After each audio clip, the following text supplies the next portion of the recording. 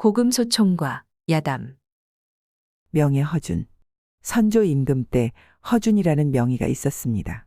지금도 한방 의사라면 누구나 보배처럼 간직하는 동의보감이라는 의술책을 편찬한 사람입니다. 선조 임금의 명을 받은 허준이 이 책을 완성한 것은 그 다음 임금인 광해군 때의 일이었습니다. 이 책에서 허준은 사람의 병을 과별로 분류하여 일일이 병명을 붙이고 그 치료법도 자상히 적어 놓았습니다. 이것은 그 당시 의술의 집대성일 뿐만 아니라 지금 역시 세계에 자랑할 만한 한방의서라 할 수 있는 것입니다. 이 이야기는 허준이 젊었을 때 사신을 따라 중국에 가다가 생긴 일입니다. 허준을 포함한 사신 일행이 국경을 막 넘어서 으슥한 산골길에 닿았을 때입니다. 난데없이 큰 호랑이 한 마리가 나타났습니다. 그리고 여럿이 기겁을 하는 사이에 하필이면 허준 앞에 쭈그려 앉아 옷자락을 앞발로 잡아당겼습니다. 처음에는 모두 놀랐으나 이내 사람을 해치려는 생각이 아님을 곧 알 수 있었습니다. 그래서 허준도 다른 사람들처럼 정신을 가다듬고 호랑이를 관찰했습니다. 자세히 보니까 호랑이 눈에는 어쩐지 눈물이 고인 듯 느껴졌습니다. 꼭 무슨 곡절이 있을 게다. 허준은 이런 생각을 하면서 한 번 사람의 말로 물어보았습니다. 너는 나를 해칠 생각이냐?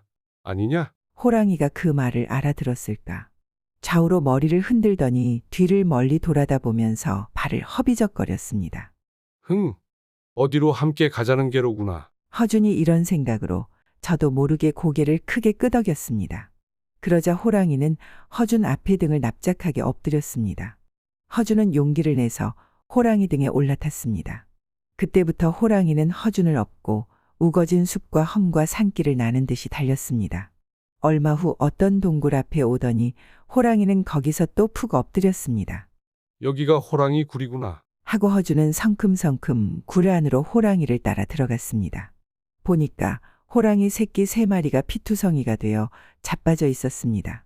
아마도 무슨 사나운 짐승에게 해를 당한 모양이었습니다. 그러나 다행하게도 아직 숨이 끊어지지 않은 채 낑낑거리고 있었습니다. 까닭을 안 허준은 약주머니에서 고약을 꺼내 정성껏 발라주었습니다. 이것을 본 어미 호랑이는 비로소 마음이 놓였는지 하고 부드럽게 울더니 이내 어디론지 나가버렸습니다. 좀 있으려니까 호랑이는 커다란 이리 한 마리를 물고 돌아와서 굴 밖에 놓고 무참하게 물어 죽였습니다. 죽은 후에도 발로 차고 입으로 물어 뜯으면서 무서운 소리로 울부짖었습니다. 오라, 새끼의 원수를 갚는구나. 하고 생각하면서 허준은 어쨌거나 돌아갈 요량으로 굴 밖으로 나왔습니다. 이것을 보더니 호랑이는 기겁을 하고 앞을 막았습니다. 먼저 허준을 데려올 때와 마찬가지로 꿇어앉은 호랑이를 보고 허준은 상처가 아물 때까지 보아달라는 뜻이다. 하고 깨달았습니다. 이리하여 하는 수 없이 굴에 들어온 허준은 호랑이 새끼를 마치 사람처럼 정성껏 치료하게 되었습니다.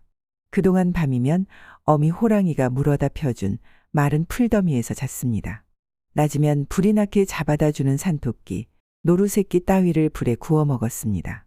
한 사나흘이 지나서 호랑이 새끼는 상처가 아물어 힘차게 뒹굴고 뛰고 하게 되었습니다. 그제야 어미 호랑이는 허준 앞에 큰 절이라고 하듯이 꿇어앉았습니다. 그리고 일변 하며 사뭇 기분 좋게 울어댔습니다. 이젠 다 나았으니 나를 돌려보내다오. 하는 허준의 말이 통했는지 어미 호랑이는 등을 내밀고 엎드렸습니다. 허준이 올라탔습니다. 호랑이는 또 다시 나는 듯이 그러나 몹시도 조심성 있게 달렸습니다. 오던 길과는 퍽 다르다는 생각이 나서 허준은 약간 겁을 먹었습니다. 하지만 어쩔 도리가 없어 몸을 맡겨 두었습니다. 이윽고 어느 큰 거리가 보이는 언덕에까지 오더니 호랑이는 거기서 발을 멈추고 엎드렸습니다. 이렇게 하여 허준은 그 주막거리로 내려갔고 호랑이는 그 사이에 모습이 사라졌습니다. 그곳 큰 여관을 찾아든 허준은 한 이틀 후에 먼저 함께 가던 사절단 일행과 만나게 되었습니다. 그러니까 호랑이는 오히려 앞질러 데려다 준 셈입니다. 이런 일이 있은 후부터 허준은 이름을 떨치기 시작했다고 합니다. 민감사와 그의 매제.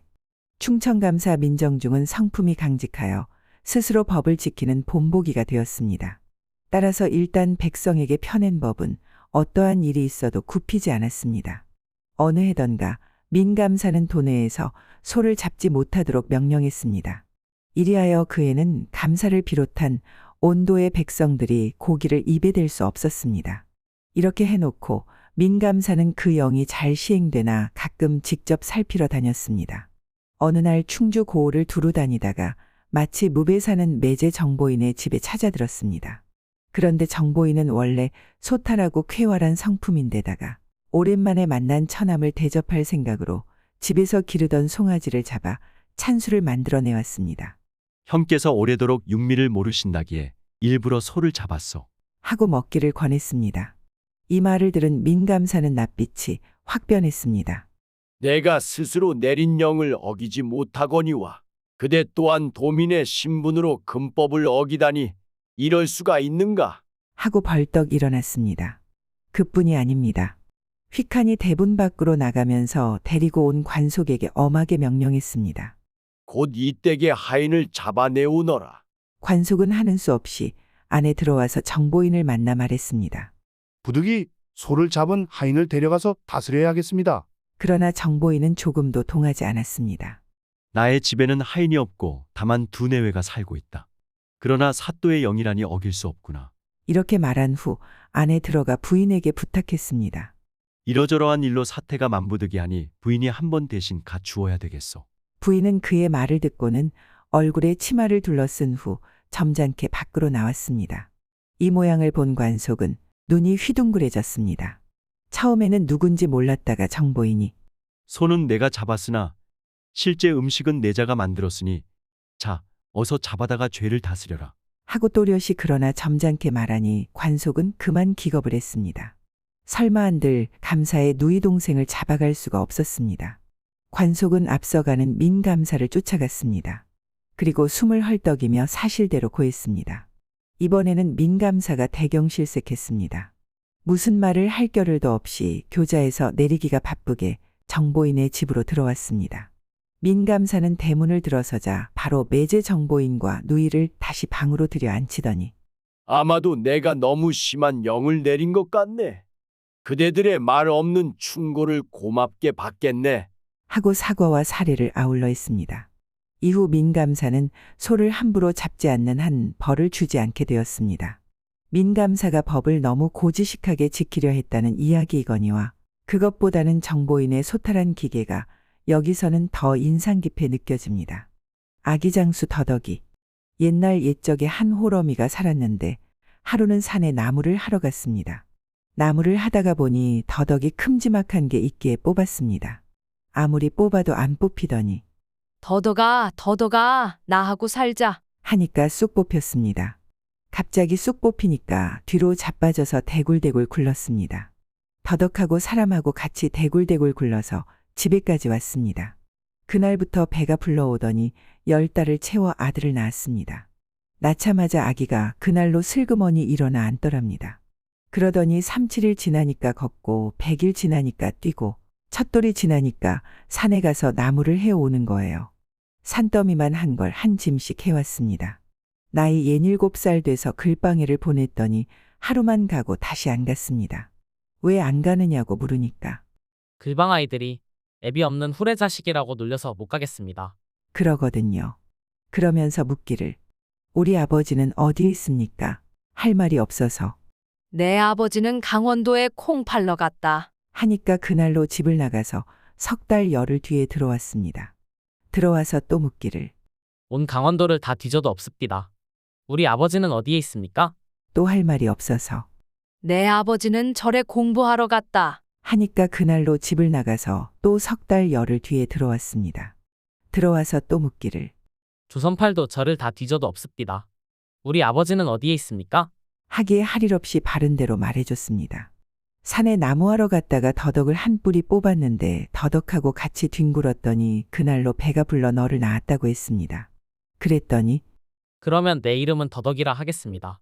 해서 그렇게 됐습니다. 더덕이 나이 10대 쌀 먹으니까 밤만 되면 집을 나갔습니다. 초저녁에 슬그머니 나가서 새벽잇을 맞고 들어오는데 그게 하루 이틀도 아니고 날마다 그랬습니다. 하루는 어머니가 가만히 뒤를 밟았습니다. 따라가 보니 산으로 들어갔습니다. 산으로 들어가서 고개를 3개 넘더니 커다란 바위 앞에 섰습니다. 가만히 보니 그게 그냥 바위가 아니고 바위 문이었습니다. 더덕이가 바위를 잡고 끙하고 용을 한 번 쓰니까 그 큰 바위 문이 스르르 열렸습니다. 더덕이가 열린 문으로 들어가다 말고 어머니도 들어와 보십시오. 하기에 군말 않고 따라 들어갔습니다. 가만히 뒤 밟은 걸 다 알고 그러는데 뭐 어쩔 거예요. 들어가 보니 참 어마어마했습니다. 바위 문 안에 딴 세상이 있는데 온통 병사들이고 쇠붙이들이었습니다. 병사들은 몇 천인지 몇 만인지 모르고 쇠붙이들은 죄다 칼이고 창이고 방패고 투구고 그랬습니다. 댕그랑댕그랑 하면서 밤낮으로 그런 걸 만들었습니다. 그 많은 병사들이 칼이야 창이야 방패야 투구야 만들다가 더덕이가 들어가니까 장군님, 하고 달려들어 떠매고 갔습니다. 구경 다 하고 집에 왔는데 하루는 나라에서 임금이 왔습니다. 임금이 군사들을 많이 거느리고 와서 더덕이는 어디 있느냐? 가르쳐주면 돈을 주마. 해서 가르쳐 줬습니다. 바위 문 있는 곳을 가르쳐 줬는데 아무도 못 들어갔습니다. 당최 문이 열려야 말이죠. 힘장사 몇백 몇천이 달려들어 밀어도 꼼짝을 안 했습니다. 하다 안 되니까 임금이 또 꿰어 여봐라, 언제든지 내 아들이 오거든 배가 아프다 하고 의원을 불러오라 해라. 그러면 곡식을 주마. 아니나 다를까 며칠 뒤에 더덕이가 왔습니다. 임금이 시킨 대로 했습니다. 얘야, 내가 배가 아파 죽겠다. 의원을 좀 불러오너라. 의원을 부르니까 의원이 왔습니다. 그런데 그게 임금이었습니다. 임금이 의원 옷을 입고 의원처럼 차리고 왔습니다. 와서는 이 병에는 다른 약은 소용이 없고 흰 호랑이 99마리를 잡아다가 간을 빼먹어야 낫는다. 하였습니다. 더덕이가 그 말을 듣고 당장 산으로 들어가더니 사흘 만에 왔습니다. 흰 호랑이 99마리를 잡아왔습니다. 그때 임금이 군사들을 많이 데리고 와서 더덕이를 덮쳤습니다. 흰 호랑이 99마리를 잡았으니 기운이 다 빠졌을 줄 알았습니다. 그러면 단박에 사로잡을 작정이었습니다. 그런데 웬걸 흰 호랑이 99마리를 잡고도 더덕이는 기운이 펄펄 살아 있었습니다. 그 많은 군사들이 당해낼 수 있어야죠. 할 일 없이 놓아줬습니다. 일이 안 되니까 임금이 또 꿰어 여봐라, 다음에 내 아들이 오거든 머리가 아프다 하고 점쟁이를 불러오라 해라. 그러면 비단을 주마. 아니나 다를까 며칠 뒤에 더덕이가 왔습니다. 임금이 시킨 대로 했습니다. 얘야, 내가 머리가 아파 죽겠다. 점쟁이를 좀 불러오너라. 점쟁이를 부르니까 점쟁이가 왔습니다. 그런데 그게 임금이었습니다. 임금이 점쟁이 옷을 입고 점쟁이처럼 차리고 왔습니다. 와서는 이 병에는 다른 약은 소용이 없고 하늘나라에 있는 하늘복숭아 99개를 따다가 씨를 갈아 먹어야 낫는다. 하였습니다. 더덕이가 그 말을 듣고 집을 나가더니 3달 만에 왔습니다. 하늘복숭아 99개를 따왔습니다. 그때 임금이 신하들을 많이 데리고 와서 재판을 차렸습니다. 하늘복숭아는 하늘나라에 있으니 못 따올 줄 알았습니다. 그러면 부모한테 불효한다고 옥에 가둘 작정이었습니다. 그런데 웬걸 하늘복숭아 99개를 보란듯이 다 따왔습니다. 트집 잡을 건더기가 있어야죠. 할 일 없이 놓아줬습니다. 아무리 해도 안 되니까 임금이 소가죽 3000장으로 주머니를 지어주면서 꿰었습니다. 여봐라, 다음에 내 아들이 오거든 이 가죽 주머니 안에 들어가라 해라. 왜 그러느냐고 묻거든 들어가는 걸 보고 싶어서 그런다고 해라. 그러면 금덩이를 주마. 아니나 다를까 며칠 뒤에 더덕이가 왔습니다. 임금이 시킨 대로 했습니다. 얘야, 저 가죽 주머니 안에 들어가거라. 왜 그러십니까? 내가 들어가는 걸 보고 싶어서 그런다. 더덕이가 그 말을 듣고 가죽 주머니 안에 들어갔습니다. 그때 임금과 군사들이 숨어 있다가 뛰쳐나와서 주머니를 꽁꽁 묶고 바위에다가 패대기를 쳤습니다. 패대기를 한 3000번 치니까 뼈도 살도 다 부서졌습니다. 더덕이를 죽여놓고 임금은 어머니한테 준 돈이야 곡식이야 비단이야 다 도로 빼앗아 버리고 인두로 팔다리까지 지져놓고 갔습니다. 어머니가 뒤늦게 울며 불며 가죽 주머니를 풀어 헤쳐보니 뼈고 살이고 다 부서져서 가루가 돼 있었습니다. 가만히 생각해 보니 더덕이가 죽기 전에 한 말이 생각났습니다. 만약에 내가 죽거든 반쪽짜리 의원을 찾아 약세첩을 지어다가 내 몸 위에 뿌리고 뼈 살아라, 살 살아라, 숨 살아라 하십시오. 그 길로 어머니가 반쪼가리 의원을 찾아다녔습니다. 3년 만에 지리산 산골짜기에서 눈도 하나 귀도 하나 팔도 하나 다리도 하나인 반쪼가리 의원을 찾았습니다. 약 3첩 지어달라니까 밥 3,000끼를 지어달랬습니다. 밥 3,000끼를 지어줬더니 빨래 3,000가지를 해달랬습니다. 빨래 3,000가지를 해줬더니 물 3,000동이를 길어달랬습니다. 물 3,000동이를 길어줬더니 약 3첩 지어주더랍니다. 약 3첩을 가지고 와서 더덕이 뼈가루 살가루 위에 뿌렸습니다. 한 첩 뿌리고 뼈 살아라. 하니까 뼈가 살아났습니다. 또 한 첩 뿌리고 살 살아라. 하니까 살이 살아났습니다. 또 한 첩 뿌리고 숨 살아라. 하니까 숨이 살아났습니다. 다시 살아난 더덕이는 어머니하고 바위 문 안으로 들어갔는데 그 뒤로는 아무도 본 사람이 없었습니다. 굴 속에 들어간 장수. 옛날에는 장수가 나면 나라에서 가만두지를 않았습니다. 무슨 말인고 하니 장수는 힘세고 재주 많잖아요. 그러니까 행여 임금을 몰아내고 자기가 임금 노릇할까봐 아예 나라에서 잡아갔다는 거예요. 잡아가서 뭐 어떻게 했는진 몰라도 잡혀가면 그게 끝이었습니다. 그래서 아기 장수가 났다 하면 그 집이 아주 초상집이 되었습니다. 옛날 어느 곳에 장수가 났는데 그 집 식구들이 그냥 쉬쉬하고 키웠습니다. 그래서 아무도 몰랐습니다. 아무 힘도 재주도 없는 척하고 사니까 장수인 줄 아무도 몰랐습니다. 그 집 식구들도 그렇고 장수도 아예 티를 안 내고 그냥 잠자코 사는 거였습니다. 힘도 재주도 다 숨기고 살았습니다. 사실은 힘으로 말할 것 같으면 반쪽이도 울고 가고 재주로 말할 것 같으면 홍길동도 저리 가랄 만한데 말이에요. 이 아기 장수가 커서 총각이 됐을 때 한 번은 고기잡이를 하러 바다에 나갔습니다. 집이 바닷가에 있어서 동네 사람들이 다 물고기 잡아먹고 살았습니다. 이웃 동무들하고 같이 갔는데 가서 물고기를 많이 잡았습니다. 한 배 가득 잡아서 조아라 하며 돌아오는데 그때 해적이 나타났습니다. 배 타고 돌아다니면서 남의 겁 빼앗는 놈들이 있었습니다. 해적이 턱 나타나서 다짜고짜 칼을 들이대니 뭐 어쩔 수 있나요. 이쪽은 몽둥이 하나 없는 맨손들이니 어디 대거리나 한 번도 못했습니다. 그냥 곱다랗게 빼앗겼습니다. 해적들이 이쪽 배에 가득 잡은 물고기를 다 저쪽 배에 옮겨 싣고 가는 판이었습니다. 일이 이렇게 되니 동무들이 분해서 죽겠다고 야단났습니다.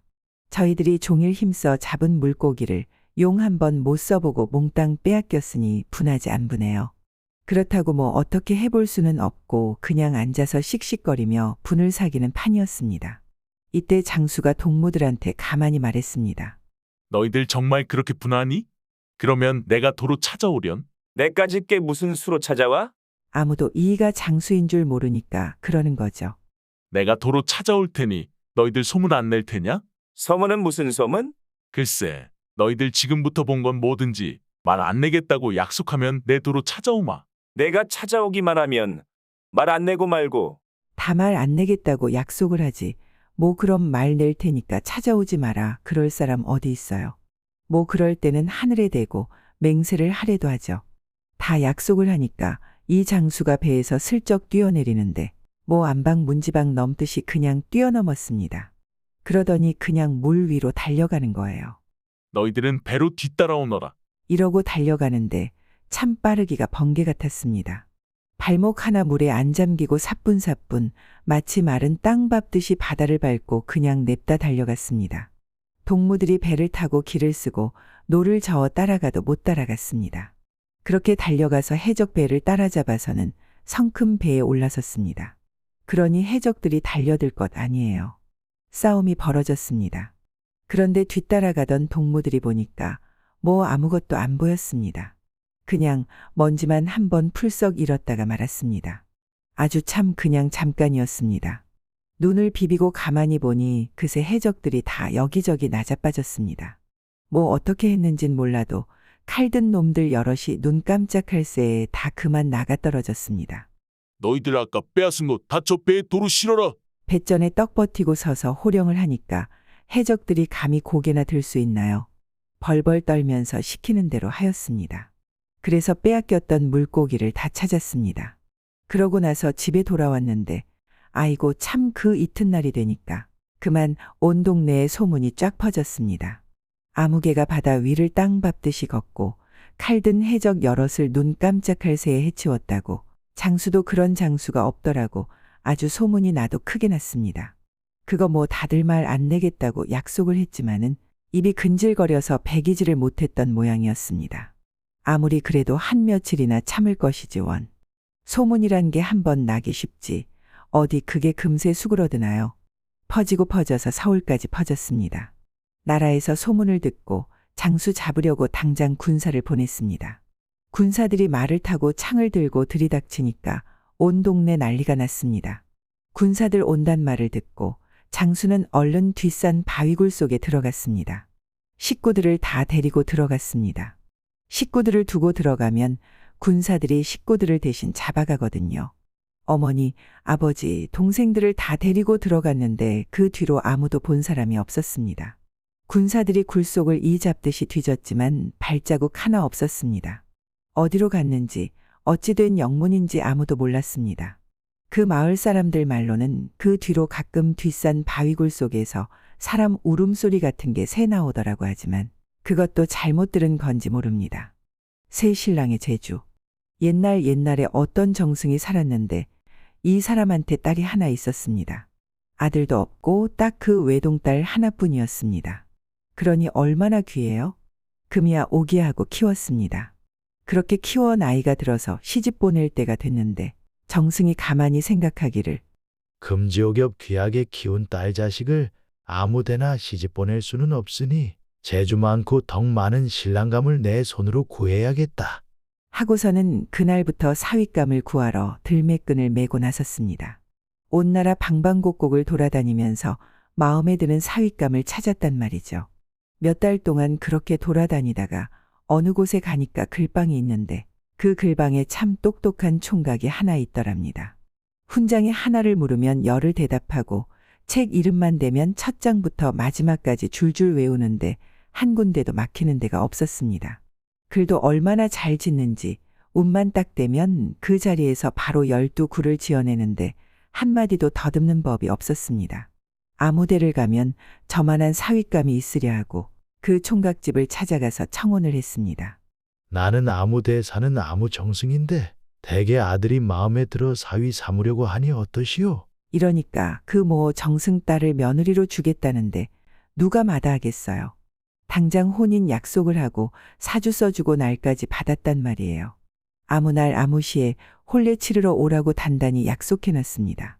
그래놓고 길을 떠나 집으로 오는데 오다가 날이 저물어 주마개를 딱 들렀습니다. 주막에서 하룻밤 자려고 방을 잡아 쉬고 있으니까 웬 총각이 그 방에 묵으러 들어왔습니다. 주막에서 방은 적고 손님은 많고 하면 한 방에 여러 손님을 들이기 예사였습니다. 그런데 그날따라 손님이 많아서 밥상이 모자랐던지 저녁상이 들어오는데 광주리가 턱 들어왔습니다. 광주리에 밥그릇을 담아가지고 드렸습니다. 그걸 보고 총각이 아무리 길가에서 먹는 밥이라지만 어찌 이럴 수가 있는가? 하더니 잠깐 나가서 밥상 하나를 뚝딱 만들어 가지고 들어온단 말씀이에요. 나무를 깎아 붙이고 다듬어 칠까지 해서 들어오더란 말이죠. 거기에다 그릇을 떡 올려놓고 어르신, 어서 드십시다. 하는데 가만히 보니 저런 재주 가진 총각도 흔치 않을 것 같거든요. 정승이 그 재주에 탐복해서 미리 약속한 것을 깜빡 잊고 그 총각한테 청혼을 했습니다. 아무데 사는 아무 정승인데 내 사위가 되는 것이 어떤가? 하니까 뭐 마다할 리가 있나요? 그 자리에서 대충 예를 갖추고 아무 날 아무 시에 장가들러 오라고 약속을 했습니다. 같은 날 같은 시에 신랑 둘이 오게 됐단 말이죠. 그래놓고 길을 떠나 집으로 오는데 어느 곳을 지나다 보니까 길가논에서 웬 총각이 모를 심고 있더랍니다. 그런데 모를 어찌나 잘 심는지 한마지기 논을 눈 깜짝할 사이에 다 심었습니다. 그래놓고 걸음 주고 김매는 것이 딱 담배 한 대 참이었습니다. 담배 한 대 피울 동안에 그 많은 일을 다 하더란 말이죠. 농사가 천하의 근본인데 농사를 저리 잘 지으니 저보다 나은 사윗감이 있으랴 싶어 정승이 그 총각한테 또 청혼을 했습니다. 나는 아무데 사는 아무 정승인데 내 사위 될 생각은 없는가? 하니 그거 뭐 감지덕지였습니다. 당장 그러겠노라고 할 것 아니겠어요. 그래서 아무 날 아무 시에 색시 맞으러 오라고 약속을 해놨습니다. 이러니 꼴이 어떻게 되겠어요. 한날 한시에 신랑 셋이 오게 됐잖아요. 정승이 집에 와서 가만히 생각하니 이것 참 일을 저질러도 예사로 저질러 놓은 게 아니거든요. 딸 아나의 사위 셋을 보게 됐으니 이게 예산 일인가요? 이제 와서 물을 수도 없는 노릇이고 그렇다고 신랑 셋을 맞아들일 수도 없는 노릇이잖아요. 이거 참 큰일 났다고 끙끙 앓고 있으니까 딸이 와서 물었습니다. 아버지, 대체 왜 그러세요? 일이 이만저만하게 됐는데 이 일을 어찌하면 좋단 말이냐? 하니까 딸이 뭐라고 하냐면 아버지, 그런 일이라면 아무 걱정 마시고 저한테 맡기세요. 이런단 말이에요. 다른 사람도 아니고 시집갈 딸이 그러는데 뭘 어떻게 하겠어요. 죽이 되든 밥이 되든 저 하는 대로 내버려 두자 하고 가만히 놔뒀습니다. 가만히 안 놔두면 또 어떡할 거예요. 엎질러 놓은 물이었습니다. 드디어 약속한 날이 되었습니다. 초래청을 턱 차려놓고 색시가 단장을 하고 있으니 한꺼번에 신랑 셋이 들이닥쳤습니다. 일이 나긴 났죠. 이때 색시가 썩 나서서 신랑 셋한테 술을 한 잔씩 돌리고 나서 하는 말이 이왕 일이 이렇게 됐으니 제가 이 중 한 분을 고르는 수밖에 없습니다. 그런데 아직은 어느 분이 얼마나 재주 많고 덕이 많은지 알 수 없으니 이 길로 다들 나가서 3년 동안 무슨 재주든지 한 가지씩 배워 오십시오. 3년 뒤에 가장 좋은 재주를 배워 오신 분께 시집을 가겠습니다. 하거든요. 그러니 셋 다 그러자고 했습니다. 뭐 이제 와서 다른 말을 할 수가 있나요? 그래서 새 신랑이 흩어져서 재주를 배우러 떠났습니다. 그러고 3년이 후딱 지났습니다. 그동안 글재주 좋은 신랑은 뭘 배웠는고 하니 주역을 많이 읽어서 점을 치는 재주를 배웠습니다. 글 공부를 많이 했으니 아무리 어려운 책도 술술 읽었습니다. 주역을 훤히 꿰면 점괘가 척척 맞아떨어지거든요. 눈앞의 일이나 10년 뒤 일이나 한 번 점을 쳤다 하면 척척 알아맞힌단 말이에요. 이만한 재주면 날 당할 자가 없을 테지. 하고 색시 집으로 갔습니다. 손재주 좋은 신랑은 뭘 배웠는고 하니 멍석 만드는 재주를 배웠습니다. 예사 멍석이 아니라 하늘을 훨훨 날아다니는 멍석이었습니다. 사람이 타고 날아다닐 수 있는 멍석이란 말씀이에요. 아무리 먼 곳이라도 멍석 타고 활갯짓 한 번 하면 눈 깜짝할 사이에 간이 좀 좋아요. 손재주가 워낙 좋으니까 그런 물건을 다 만든 거예요. 어느 누가 이만한 재주를 가졌으려고. 하고 이 신랑도 색시 집으로 갔습니다. 농사 잘 짓는 신랑은 뭘 배웠나 하면 배 농사 짓는 법을 배웠습니다. 3년 동안 온갖 정성 다해 배 농사를 지어서 배나무 한 그루에서 딱 배 한 개를 땄습니다. 3년 동안 밤잠 안 자고 농사 지은 게 딱 배 한 개였습니다. 그걸 가지고 색시 집으로 갔습니다. 가다가 셋이서 만났습니다. 만나서 같이 가는데 점 잘 치는 신랑이 점을 탁 쳐보더니 이거 큰일 났네. 하였습니다. 뭐가 큰일이냐?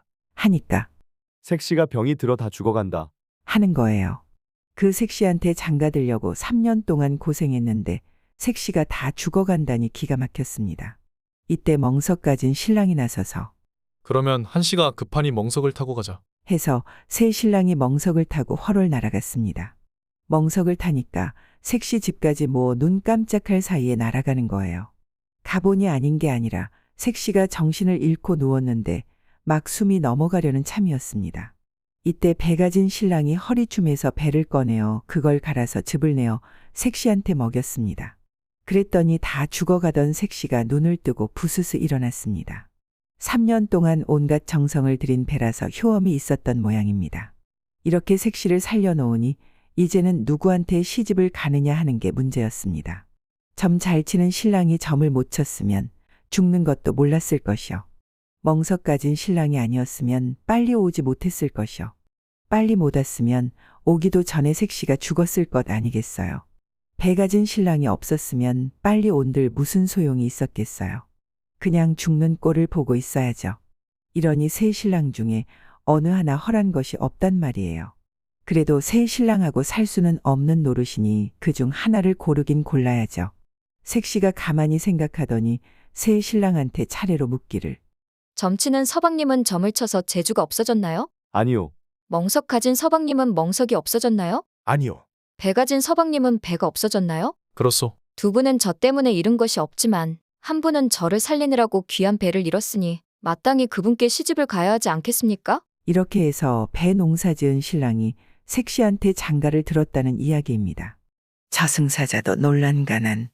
한 300년 거슬러 올라가서 그 옛날 어떤 시골에 참 가난한 노총각이 하나 살았습니다. 어려서 부모를 다 여의고 정강이가 빨갈 때부터 남의 집 머슴살이를 하다 보니 뭐 가진 게 있어야죠. 몸뚱이 하나만 믿고 사는 거예요. 그러다가 나이 30이 넘었는데 장가를 갈 수가 없었습니다. 집도 한 칸 없이 맨몸으로 사는 처지에 무슨 색시를 얻겠나 말이에요. 다른 사람이 보다 못해 어디서 과부를 하나 업어다가 장가를 들여줬습니다. 과부를 하나 업어다가 장가를 들긴 했는데 먹고 살 일이 태산이거든요. 뒷산 기슭에 얼기설기 움막을 하나 짓고 솥단지 하나 걸어놓고 그냥 사는 거예요. 종일 남의 집일 해주고 보리고 콩이고 닥치는 대로 한 줌 얻어다가 끓여 먹고 사는 거죠. 있으면 먹고 없으면 굶고 이렇게 살았습니다. 살다가 첫 아이를 턱 낳았는데 하필 보릿고개에 낳았습니다. 옛날에는 보릿고개에 딸내 집에도 안 간다는 말이 있거든요. 그만큼 먹고 살기 어렵다는 얘기죠. 그럴 때 아이를 턱 낳아놨으니 참 기막힐 것 아니겠어요. 아내는 아이를 낳고 기진맥진해서 누웠는데 미역국은 고사하고 보리죽 한 사발도 끓여줄 것이 없거든요. 게다가 남들 다 자는 한밤중에 아이를 낳았습니다. 밝을 때 같으면야 이웃에 다니면서 보리든 기장이든 얻어다 끓여 먹일 텐데 이건 한밤중이라 그럴 수도 없었습니다. 행여 먹다 남은 곡식이 한 줌이라도 붙어 있을까 하고 동마다 뒤지고 다니는데 그게 죄다 텅텅 비었습니다. 그러다가 어느 독을 들여다보니까 밀가루가 바닥에 조금 붙어 있단 말이에요. 독을 거꾸로 들고 밀가루를 탁탁 털어내니까 반 줌이나 나오는데 그걸 솥에 넣고 물을 부어 끓이는 거예요. 멀건 수제비를 끓여서 아내한테 갖다 주었는데 그게 어디 입에 들어가나요? 그따위 걸 먹은들 산모가 기운을 차릴 수가 있나요? 먹은 둥 마는 둥 그냥 탈진해서 쓰러져 있었습니다. 남편은 저도 며칠 굶은 판에 멀건 수제비 한 숟갈 못 먹고 밤새 그 난리를 쳐놨으니 못 베길 도리가 없는 거죠. 밀가루 독을 안고 그대로 나자빠져서 그냥 잠이 들었습니다. 그 몰골이 참 흉했습니다. 머리는 쑥대밭이요. 옷은 갈기갈기 찢어졌는데 얼굴은 며칠 굶어 누렇게 뜬 것이 독을 하나 끌어안고 자빠졌으니 그게 야차 몰골이지 사람 몰골은 아니거든요. 이때 아내는 실신을 해서 숨이 오락가락했습니다. 사람의 숨이 오락가락하면 저승사자가 오게 돼 있단 말이에요. 저승에서 저승사자가 그것도 셋씩이나 왔습니다. 아내가 실신을 해가지고도 어렴풋이 뵈는 게 있었던 모양이에요. 가만히 보니 저승사자 셋이 문 밖에 와서 어른어른하거든요. 아이고, 이제는 죽었구나. 저승 갈 일만 남았네. 하고 탄식을 하는데 저승사자는 저희들끼리 의논을 하는 거예요. 아, 우리가 저런 안악 하나 잡아가려고 셋씩이나 들어갈 게 뭐 있어? 까짓것 손만 탁 갖다 대면 끌려올 것을. 막내 사자야, 내가 들어가 잡아오너라. 이렇게 의논을 하더니 막내 사자가 썩 들어왔습니다. 그런데 문지방을 탁 넘다 말고 아이고, 이게 뭐야? 하고 그만 기절초풍을 해서 도로 나가버렸습니다. 아, 난 못 들어가겠어. 내 저승사자 수백 년에 저런 물꼬를 처음 보는데 머리는 쑥대밭 같고 옷은 갈기갈기 찢어지고 얼굴은 누렇게 뜬 것이 독을 끌어안고 자빠져 있어. 저런 놈을 어찌 타넘고 들어가란 말이오? 남편이 지쳐서 자빠져 자는 걸 보고 그러는 거예요. 몰골이 하도 흉측하니까 저승사자도 놀란 거예요. 에이, 이놈아! 명색이 저승사자라는 놈이 담이 그리 작아서야 못에 쓰겠느냐? 저리 비켜라. 내가 가마. 이번에는 둘째 사자가 큰 소리를 치면서 들어오는 거예요. 그런데 이놈도 문지방을 넘다 말고 아이쿠! 하더니 그만 뒤로 발랑 나자빠져 버렸습니다. 너무 놀라서 말이지요. 생전 듣도 보도 못한 것이 문지방을 베고 놓았는데 너무 흉측해서 어떻게 할 수가 없단 말이죠. 대체 뭐가 있기에 그리 소란이냐? 첫째 사자가 용기를 내어 문지방을 밟았는데 이놈도 못 들어왔습니다. 사지를 벌벌 떨다가 그냥 나가버렸습니다. 야, 엄청난 놈이 누웠구나. 얘들아, 안 되겠다. 날 새기 전에 어서 가자. 요새 넘어 송진산의 과부 며느리가 유복자를 낳았는데 사주가 저 안악과 똑같아. 대신 그 과부를 잡아가는 수밖에 없다. 하더니 우르르 몰려가 버렸습니다. 그래서 아내가 목숨을 건졌습니다. 간신히 목숨을 붙여가지고 있다가 날이 밝아 남편이 이웃집에서 곡식을 얻어온 덕분에 정신을 차렸습니다.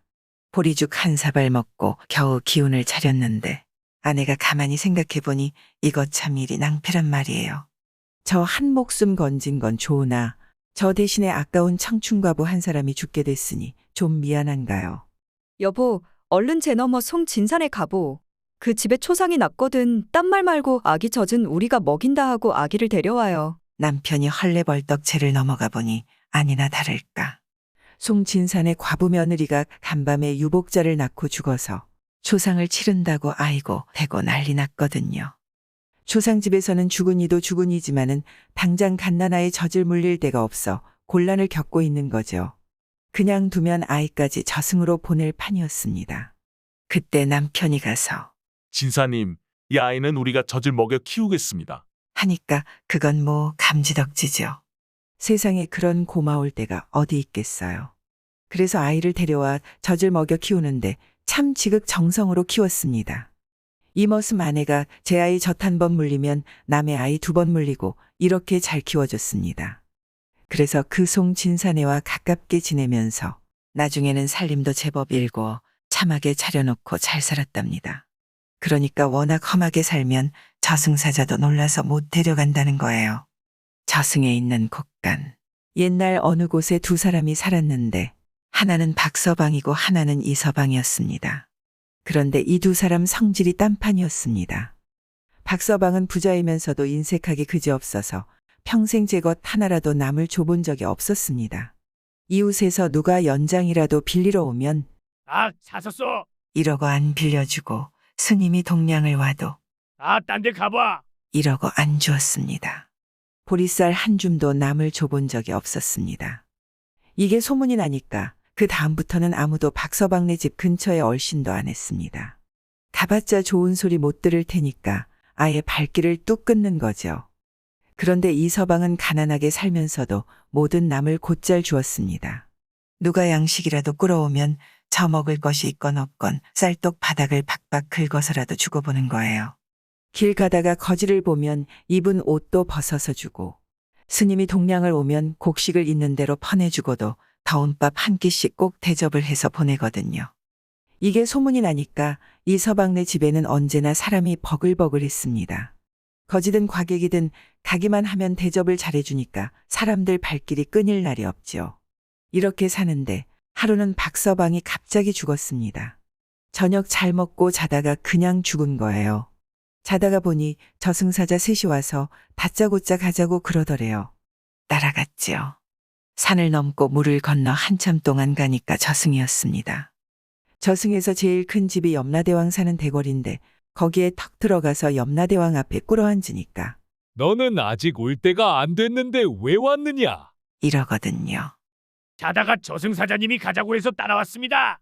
하니까 염라대왕이 저승사자들에게 불호령을 내리더래요. 너희는 이를 어찌 이따위로 하느냐? 이 사람은 30년 뒤에나 올 사람인데 어쩌자고 잡아왔느냐? 어서 돌려보내도록 해라. 그래서 저승사자를 따라 대궐을 나왔습니다. 우리가 실수로 자네를 데려와서 미안하이. 그런데 이승으로 나가려면 노자가 있어야 한다네. 노자고 모시고 이승에서 올 때 한 푼도 안 가져왔으니 어떡합니까? 그것은 걱정 말게. 저승에도 자네 곳간이 있으니 거기에 있는 돈을 좀 쓰면 될 것이야. 저승에도 제 곳간이 있다고요? 대체 어디에 있습니까? 우리를 따라오게. 저승사자를 따라갔더니 아닌 게 아니라 곳간이 즐비하더래요. 큰 것도 있고 작은 것도 있는데 자기 곳간에 가보니 이건 뭐 손바닥만 한 것이 다 찌그러져 가는 곳이었습니다. 들여다보니 더 어처구니가 없었습니다. 아무것도 없고 달랑집 한 단뿐이었습니다. 제 곳간은 왜 이 모양이랍니까? 쳇, 자네는 이승에서 어지간히 인색했던 모양이로군. 저승 곳간에는 이승에서 남을 준 것이 그대로 쌓인다네. 자네는 평생 집 한 단밖에 남을 준 것이 없나 보군. 가만 생각해보니 언젠가 이웃사람이 삼태기를 빌리러 왔기에 다 만들었어. 하면서 집 한 단 던져준 일이 있거든요. 그것 말고는 남한테 준 게 없었습니다. 그러니 곳간이 그 모양이죠.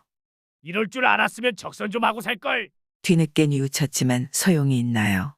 노자를 구해야 이승으로 돌아갈 터인데 저승곳간에는 찬바람만 휘잉 도니 어떻게 해요. 노자가 한 푼도 없으니 이제 어떻게 합니까? 할 수 없지. 남의 곳간에 있는 돈을 좀 빌려 쓰는 수밖에. 마침 자네 이웃에 사는 이 서방네 곳간에는 돈이 많으니 그걸 좀 빌려 쓰게나. 저승사자를 따라 이 서방네 곳간에 가보니 참 입이 딱 벌어질 만큼 많았습니다. 곳간도 으리으리하게 큰데 그 안에 돈이고 양식이고 옷이고 자잘한 물건이고 잔뜩 쌓였습니다. 그게 죄다 남준 거예요. 그게 그렇게나 많더래요. 박서방은 이승에서 부자로 살아도 저승곳간은 텅텅 비었고 이서방은 이승에서 가난하게 살아도 저승곳간은 꽉 찬 거죠. 그래서 이서방네 곳간에서 돈 300냥을 빌려가지고 나왔습니다. 빌린 돈으로 노자해서 무사히 이승으로 왔습니다. 박서방이 눈을 떠보니 방 안에 병풍을 둘러치고 식구들이 아이고 아이고 곡을 하는데 병풍 뒤에 자기가 턱 누워 있겠죠. 벌떡 일어나 병풍을 걷고 나오니 식구들이 기절초풍을 하였습니다. 자초지종을 이야기하고 날이 밝기를 기다려 돈 300냥을 들고 이서방을 찾아갔습니다. 아무것도 묻지 말고 이 돈 300냥을 받게나. 이게 웬 돈인가? 글쎄 더 묻지 말고 받아두게. 빚을 갚는 것뿐이니까. 안 받으려는 걸 부득부득 맡겨두고 돌아왔습니다. 그 뒤로는 박서방이 아주 딴 사람이 됐습니다. 그럴 밖에요. 저승곳간을 채우려면 적선을 해야 하니까요. 그때부터 부지런히 적선을 해서 죽을 때가 돼서는 저승곳간을 어지간히 채웠습니다. 이서방도 박서방한테 받은 돈으로 가난한 사람을 구제해서 저승곳간을 더 키웠죠. 그렇게 해서 둘 다 잘 살다가 죽어서 저승에 가서도 잘 살았답니다. 형제와 금덩이.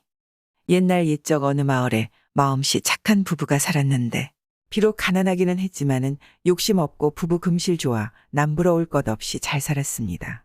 그런데 딱 한 가지 마음에 차지 않는 게 있었으니 나이 40이 넘도록 자식을 못 얻었습니다.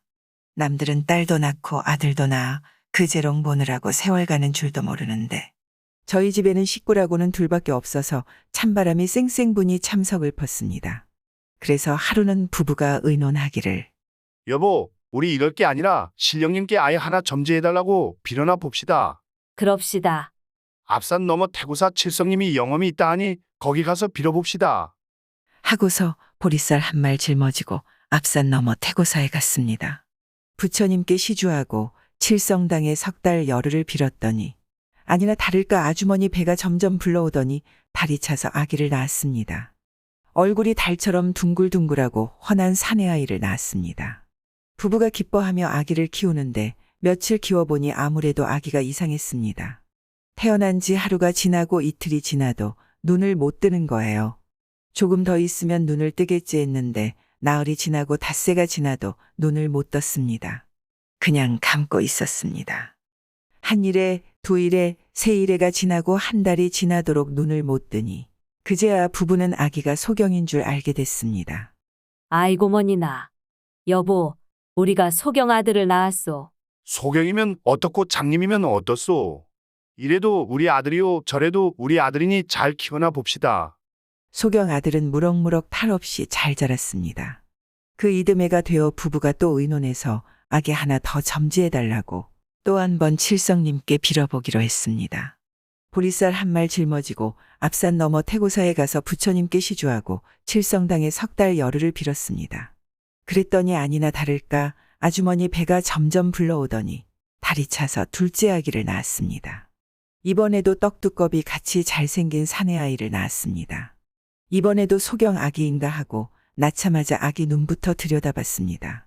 그런데 둘째 아기는 눈이 샛별처럼 초롱초롱하였습니다. 옳다구나 기뻐하며 아기를 안아보니 아뿔싸 이런 변이 있나요? 이번에는 아기 다리가 오그라져 붙은 것이 영락없는 안진뱅이였습니다. 아이고 머니나. 여보, 우리가 이번에는 안전뱅이 아들을 낳았소. 안준뱅이면 어떻고 절름발이면 어떻소? 이래도 우리 아들이요 저래도 우리 아들이니 잘 키워나 봅시다. 안진뱅이 아들도 무럭무럭 탈 없이 잘 자랐습니다. 비록 형은 소경이고 아우는 안진뱅이지만은 크면 클수록 형제 사이에 우애 있고 부모님 사랑도 깊어만 가니 부러울 게 뭐 있어요. 이렇게 네 식구가 아기자기 재미나게 잘 살다가 형이 12살 먹고 아우가 11살 먹은 해에 어머니 아버지가 한꺼번에 자리에 누워 시름시름 앓더니 한날 한시에 세상을 떠나버렸지 뭐예요. 형제는 하늘이 무너지는 것 같고 땅이 꺼지는 것 같아 몇 날 며칠 동안 슬피 울다가 겨우 마을 사람들 도움으로 장례를 치렀습니다. 어머니 아버지를 땅에 묻고 나자 이제는 정작 살아갈 길이 막막하였습니다. 나이 아직 연함은 살밖에 안 된 아이들이 성한 몸이라도 부모 없이 살기 어려울 텐데 하나는 소경이고 하나는 안진뱅이니 어떻게 살겠어요. 둘이서 의논하기를. 우리가 집에 있다가는 굶어 죽기 딱 좋으니 어디를 가든지 나가서 살방도를 찾아보자. 나는 걷지 못하고 형은 앞을 못 보는데 어떻게 간단 말이야? 너는 눈이 밝고 나는 다리가 성하니 내가 너를 업고 내가 길을 가리켜주면 되지. 정말 그렇게 하면 되겠구나. 하고 그날로 형제가 집을 떠났습니다. 눈먼 형이 안진뱅이 아우를 업고 업힌 아우가 이쪽 저쪽 하고 길을 가리켜주며 갔습니다. 가다가 어느 고개 밑에 이르렀는데 형이 아우를 업고 가느라 힘이 들었는지 목이 마르다 해서 옹달샘을 찾아갔습니다. 옹달샘을 찾아가서 샘물을 먹으려고 보니 물속에 커다란 금덩이가 하나 들어있지 뭐예요. 눈먼 형은 못 보고 눈 밝은 아우가 그걸 봤습니다. 형, 여기 금덩이가 있다. 내가 보았으니 내가 가져라. 아니야. 형이 이리로 오자 해서 왔으니 형이 가져야 돼. 난 싫다. 내가 가져라. 나도 싫어. 형이 가져. 이렇게 서로 가지라고 옥신각신하다가 금덩이를 거기에 놔두고 그냥 고개를 올라갔습니다. 둘이 업고 길 가리키며 고갯마루에 올라서니까 갑자기 숲속에서 도둑이 나타나서 가진 것을 다 내놓으라고 소리쳤습니다. 내놓으려니 뭐 가진 것이 있어야죠. 그래서 가진 것은 없지만 저 아래 옹달샘에 금덩이가 있는 것을 봤다고 했습니다. 그랬더니 도둑이 형제를 나무에 묶어놓고 고개 아래 옹달샘에 금덩이를 찾으러 갔습니다. 그런데 도둑이 옹달샘에 가보니 물속에 금덩이가 있는 게 아니라 커다란 구렁이가 있었습니다. 금덩이가 조화를 부려서 구렁이로 보이게 했던 게죠. 도둑이 그만 화가 나서 들고 있던 몽둥이로 구렁이를 힘껏 두들겨 팼습니다. 그 바람에 구렁이 몸뚱이가 두 동강 나버렸습니다. 도둑이 다시 고갯마루로 올라와 거짓말을 했다고 나무에 묶인 형제를 흠씬 두들겨 패고 나서 제 갈 길로 가버렸습니다. 형제가 도둑에게 실컷 얻어맞고 가까스로 묶인 줄을 풀고 나서 가만히 생각해보니 참 이상하였습니다. 아까 옹달샘에서 본 것은 틀림없는 금덩이였는데 도둑은 구렁이라고 하니 어찌 된 일이에요. 형제가 의논 끝에 다시 옹달샘에 가보기로 했습니다. 형이 아우를 업고 아우가 길을 가리켜주며 고개를 다시 내려가 옹달샘에 가보니 아니 이게 무슨 조화예요. 금덩이는 틀림없는 금덩이인데 하나가 아니라 둘이 있었습니다. 아까 도둑이 구렁이인 줄 알고 몽둥이로 두드려서 두 동강 낸 것이 사실은 금덩이였습니다. 먼저 아우가 그것을 보고 야, 금덩이가 두 개다. 하고 막 달려가려다가 자기도 모르게 다리가 쭉 펴져서 걷게 되었습니다. 형은 그 소리를 듣고 어디 보자. 하다가 자기도 모르게 눈이 번쩍 떠졌습니다. 이렇게 해서 형제는 성한 몸이 되어서 금덩이를 하나씩 주워가지고 집에 돌아갔습니다. 그 뒤로 금덩이를 팔아 큰 부자가 되어서 오래오래 잘 살았습니다. 소금 장수 아들. 옛날에 반상 차별이 심할 적에 웬 소금 장수가 살았습니다. 소금 장수라면 상민 중에서도 제일 천한 상민이 아닌가요? 그런데 이 소금 장수가 아들 하나를 참 잘 낳았습니다. 얼마나 영특한지 하나를 가르치면 백을 알았습니다. 그러면 뭐예요? 소금 장수 처지에 번듯하게 아들을 가르칠 수가 있나요? 과거를 보게 할 수 있나요? 그래서 참 아깝다. 내가 뼈다귀나 있는 집에서 태어났으면 크게 될 놈인데 아비를 잘못 만나 소금 더미에서 썩는구나 하고 한탄을 했습니다. 그런데 아들 녀석이 어찌나 기특한지 글방에 안 보내줘도 글방 문 밖에서 동량글을 얻어 배우고 책 한 권 안 사다 줘도 남의 책을 베껴 읽고서는 나이 10대살에 사서삼경을 다 통했습니다. 그걸 보니 이거 아무래도 그냥 둘 수는 없는 노릇이란 말이거든요. 예, 그 제주 썩혔다가는 하늘이 노하겠다. 아무 말 말고 이 길로 집을 나가거라. 나가서 내 근본을 아무도 모르게 하고 과거를 봐라. 그래서 아비 어미는 영영 잊어버리고 잘 살아라. 이렇게 아들을 잘 타일러 내보냈습니다. 그랬더니 참 이놈이 서울에 가서 어떻게 굴러다녔던지 양반 호패를 하나 얻어 차고 과거를 봤습니다. 과거를 보니 뭐 두말할 것이 있나요? 턱 급제를 했지요. 과거의 급제에 벼슬을 하면서도 똑똑하기 그지없으니까 나란 일을 야무지게 잘 보거든요. 그러니까 정승 눈에 들어서 정승이 이 사람을 사위 삼으려고 했습니다. 소금 장수 아들이 정승 사위가 될 참이란 말이에요. 정승 집에서는 나를 받고 잔치 준비한다고 야단법석이 났습니다. 그런데 아무리 남의 호패 얻어 차고 과거를 봤다지만 혼인 잔치하는데 아버지를 안 모실 수 있나요? 국리 끝에 가만히 관복을 구해서 시골 저희 집으로 내려보냈습니다. 관복에다가 머리에 쓰는 관하고 발에 신는 목화까지 갖추어 내려보냈거든요. 잘 차려입고 오라고 말이에요. 그런데 소금 장수 영감이 그냥 못 가고 여보 마누라, 거 보리개떡 한 함치 쪄주. 아들놈 갖다 주게. 하거든요. 아이, 걔가 정승 사위가 됐는데 보리개떡을 먹겠어? 그 무슨 소리요? 걔가 보리개떡을 좀 잘 먹었수? 아무리 정승 사위가 돼도 입맛이야 변했을라고. 그래서 아내가 보리개떡을 한 함지 쪄줬습니다. 그러니 영감이 그걸 함지째 짊어지고 가는 거예요. 관복 차려입고 관 쓰고 목화 신고 거기다가 떡 함지 한 짐 짊어지고 간단 말이죠. 그렇게 해서 정승네 집까지 갔습니다. 정승이 그걸 보니까 기가 막히거든요. 그러거나 말거나 영감은 아들을 불러놓고 예, 내가 이 보리개떡을 좀 잘 먹었니? 어서 양껏 먹어라. 며느라가 너도 먹어봐. 하면서 며느리까지 불러다 권한단 말이에요. 그리고 정승 집에 나뭇가리 쌓아놓은 걸 보고 예, 그 나뭇가리 한번 큼직하다. 이 나무 다 너희 장인이 한 거니? 하고 물으니까 그만 정승이 근본을 다 알아버렸습니다. 사돈이 소금 장사하는 것도 사위가 소금 장수 아들인 것도 다 알아버렸단 말이에요. 그러니까 역정이 나서 사돈이고 사위고 다 내쫓아 버렸습니다. 내쫓으니 어떻게 해요? 어쩔 도리가 있나요? 할 일 없이 쫓겨났지요. 그러고 나서 하루는 정승네 딸이 저희 아버지 아침상을 차리는데 종들 보고서 얘들아, 오늘은 아버지 진질상에 아예 간을 치지 마라. 간장이고 된장이고 고추장이고 소금이고 아무것도 치지 말고 올려라. 했습니다. 그렇게 맹탕으로 밥상을 차려 올리니 이거 뭐 맛이 있어야 먹죠. 예, 오늘 아침상이 왜 이러냐? 왜 이렇게 싱거워? 정승이 물으니까 딸이 하는 말이 아버지께서 제 서방 근본이 소금 장수라고 내쫓으시기에 소금도 싫어하시는 줄 알았지요. 하고 나서 아버지께서 소금 장수를 천대하시면 그 누가 소금 장사를 하려고 하겠으며 소금 장수 없이 백성들이 어떻게 살겠어요. 백성들 잘 살게 하는 게 양반이지 무슨 양반이 따로 있겠어요. 하니까 정승도 제 잘못을 깨닫고 사위를 도로 불러들여 혼례를 잘 치러줬답니다. 거짓말인지 참말인지 모르지만 이런 얘기도 있습니다. 술책으로 재상을 속인 하인. 옛날에 한 대신이 있었는데 성질이 모질고 급했습니다. 그는 평안독 관찰사가 되어 각 읍을 순행하며 다녔는데 도로에 돌멩이가 박혀 있으면 우두머리 향리를 잡아와 그 돌멩이를 이로 뽑게 하고 몽둥이로 발뒤꿈치를 때려 피를 토하며 죽게 하기도 했습니다. 그 밖에 행동거지가 못마땅하거나 차와 음식 등에 조금이라도 마음에 안 드는 것이 있으면 형벌을 가하고 곤장을 쳐서 10중 8구는 죽게 하니 모든 읍이 떨었습니다. 그의 행차가 어느 읍에 다다르자 아직 그가 읍 안에 들어오지도 않았는데 아전들이 다 어쩔 줄을 몰랐습니다.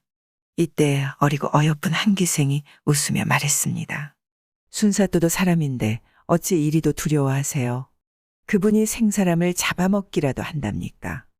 제가 잠자리 시중을 들면 각청에 아무 일도 없을 것이며 순사또로 하여금 발가벗고 방문을 내리게 할 것입니다.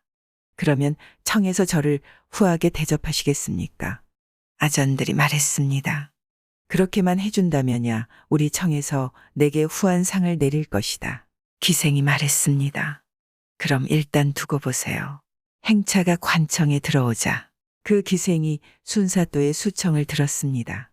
때는 바야흐로 8월. 낮에는 더웠지만 밤이면 서늘했습니다. 순사또가 기생을 보고 잠자리 시중을 들게 했는데 창문 가리개를 내리지 않았습니다. 기생이 춥다는 신용을 하니 순사가 물었습니다. 추우냐? 방문을 닫지 않아 찬 기운이 몰려오네요. 그럼 하인을 시켜 창문 가리개를 내리게 할까? 기생이 말했습니다. 이미 밤이 깊었으니 어찌 그들을 부를 수 있겠습니까? 순사가 말했습니다. 그럼 어쩐다. 기생이 말했습니다. 소희는 키가 닿지 못하니 사또님께서 잠시 창문 가리개를 내리셔도 무방할 것 같습니다. 내 행동거지가 해괴하지는 않을까? 기생이 말했습니다.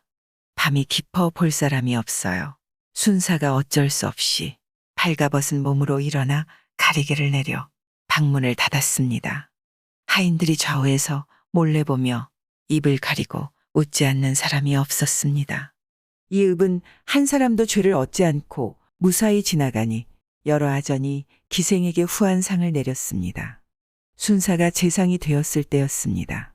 사돈 재상 댁에 초상이 나니 그 댁종 한 명이 파견되어 왔습니다.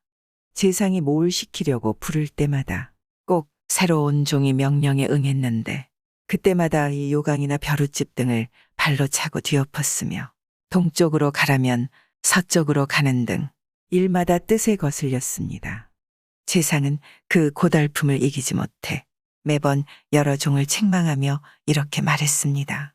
너희는 어쩌자고 너희만 편하려고 일을 어떻게 하는지도 모르는 신출내기 종에게만 일을 시켜 그르치게 하느냐. 어디에서 뭘 하고 있는 것이냐. 그래서 종들도 그를 말리며 주인이 불러도 응하지 말라 했습니다. 하지만 그 종은 끝내 듣지 않았습니다. 주인이 부르기만 하면 반드시 몸을 빼내 먼저 나가니 재상이 이를 보고 문득 화내며 또 다른 종들을 꾸짖었습니다. 한 달여가 이렇게 지나갔습니다. 하루는 해국리에 결혼이 생겼는데 그 종이 앞에 엎드려 말했습니다. 소인이 이 자리를 얻고자 하옵니다. 재상이 그를 뚫어져라 보더니 말했습니다. 그렇게 해주마. 이어 채지를 꺼내주었습니다. 다른 종들이 일시에 억울함을 호소했습니다. 소인은 몇 년이나 고생했습니다. 소인은 몇 대 동안이나 교분이 있었습니다. 그런데도 왜 신출내기 종에게 제일 처음 나온 자리를 양보해야 합니까?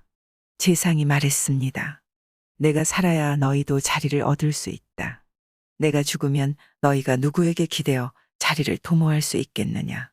저놈이 계속 우리 집에 있다가는 내가 화병이 나서 곧 죽어버릴 것이니 차라리 얼른 저놈을 처리해버리는 게 낫다. 다시는 여러 말 말거라. 그러고는 그 종을 차출했습니다. 얼마 뒤 종이 와서 아련하는데 그를 불러서 무엇이라도 시키면 크고 작은 일을 막론하고 그 뜻에 꼭 맞으니 100번 1000번 영리했습니다. 재상이 이상하게 여겨 물었습니다. 내가 온갖 일을 처리하는 것이 어리바리했던 이전보다 훨씬 나으니 좋은 자리를 얻어서냐. 종이 엎드려 대답했습니다. 소인이 죽을 죄를 지었나이다. 무슨 말이냐. 소인이 대감님 문화에 처음 왔을 때 겸종술을 헤아려 보니 30이 넘었고 소인은 그 끝자리에 있었습지요. 겸종들이 차례대로 관아의 빈자리를 얻는다면 소인은 늙어 죽을 때까지 못 얻었을 것입니다. 대감님의 기질을 가만히 살펴보니 매우 엄하고 급하시기에 고의로 노기를 불러일으켰습니다. 대감님께서 고통을 감당치 못하게 하면 필히 저를 먼저 보내주실 것 같았습니다. 제가 일부러 몰지각한 행동을 해서 오늘 여기에 이른 것이옵니다. 재상이 크게 웃으며 말했습니다. 너야말로 제갈량이라 할 만하구나. 내가 속았다니 원통하도다. 은 주머니를 돌려준 강도. 조선시대에 각도의 역참을 관장하던 문관 종육품 외관직 허정은 풍모와 위의가 빼어나고 의기가 탁월해 높은 벼슬아치들도 그 앞에 스스로를 굽히고 낮출 정도였습니다. 허정이 일찍이 평안도로 가서 일을 끝내고 돌아오는 길이었습니다. 새벽에 길을 떠나 주막이 멀지 않은 곳에 이르렀을 때 길 위에 사슴 가죽 주머니가 떨어져 있는 것을 보았습니다. 종에게 주머니를 주어오라 하여 그 안을 살펴보니 은 수백 냥이 들어 있었습니다. 허정은 가죽 주머니를 안장에 걸어놓고 주막으로 가서 밥을 먹었습니다. 그는 밥을 다 먹고 나서도 떠나지 않고 머물며 종에게 문 밖으로 나가서 뭔가를 찾는 사람이 있는지 살펴보게 했습니다. 정오가 지날 무렵 번쩍이는 옷을 입은 키가 훤칠하고 건장한 사람이 살진 말을 타고 달려와서 물었습니다. 주막 안에 혹시 큰 사슴 가죽 주머니를 주운 분이 계십니까? 마땅히 후하게 사례금을 드리겠습니다. 그는 몹시 당황해 다급한 기색이었습니다. 허정이 듣고 그를 불러들여 주머니를 잃어버린 연유를 물으니 그 사람이 이렇게 대답했습니다. 주머니에 은 300냥이 있습니다. 안장 위에 주머니를 묶어두었는데 말이 사나워 거칠게 제멋대로 달리는 바람에 부득이 말에서 내려 끌고 가고 있었습니다. 그 사이 주머니가 어딘가에 떨어진 모양입니다. 주머니를 찾을 수가 없어 제 뒤를 따라오다가 주운 분이 이 주막에서 쉴 것 같아 이렇게 여쭤보는 것입니다. 주머니를 찾지 못할까 너무 걱정됩니다. 허정이 주머니를 꺼내주며 말했습니다.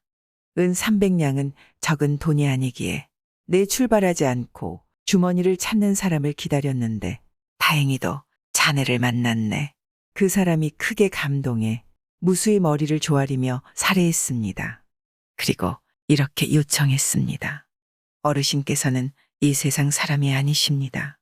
이것은 이미 잃어버렸던 물건이니 원컨대 반을 드리겠습니다.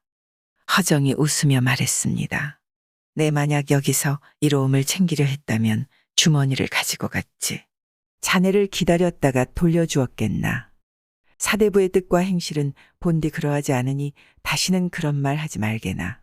그 사람이 은을 드리겠다고 간곡히 고달플 정도로 고집하니 허정은 부득이 그를 꾸짖고 물리쳤습니다.